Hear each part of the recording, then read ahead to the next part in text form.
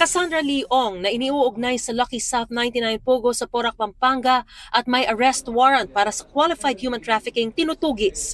Sa pagdinig ng Senado sa budget ng Justice Department, napag-alamang at large si Ong na nasa custody ng Kamara noong 19th Congress pero pinakawalan din na mag-adjourn ang Kongreso.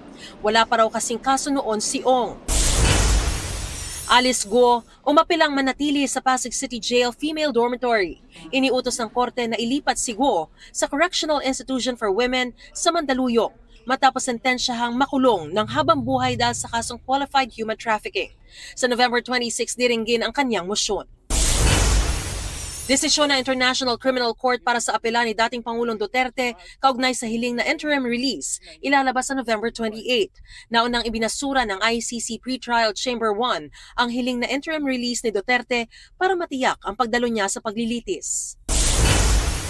Pangingisda, dolphin watching at pagpunta sa White Sandbar sa Bay City, Negros Oriental pwede na ulit matapos mahinto kasunod ng pagtagas ng wastewater mula sa isang distillery.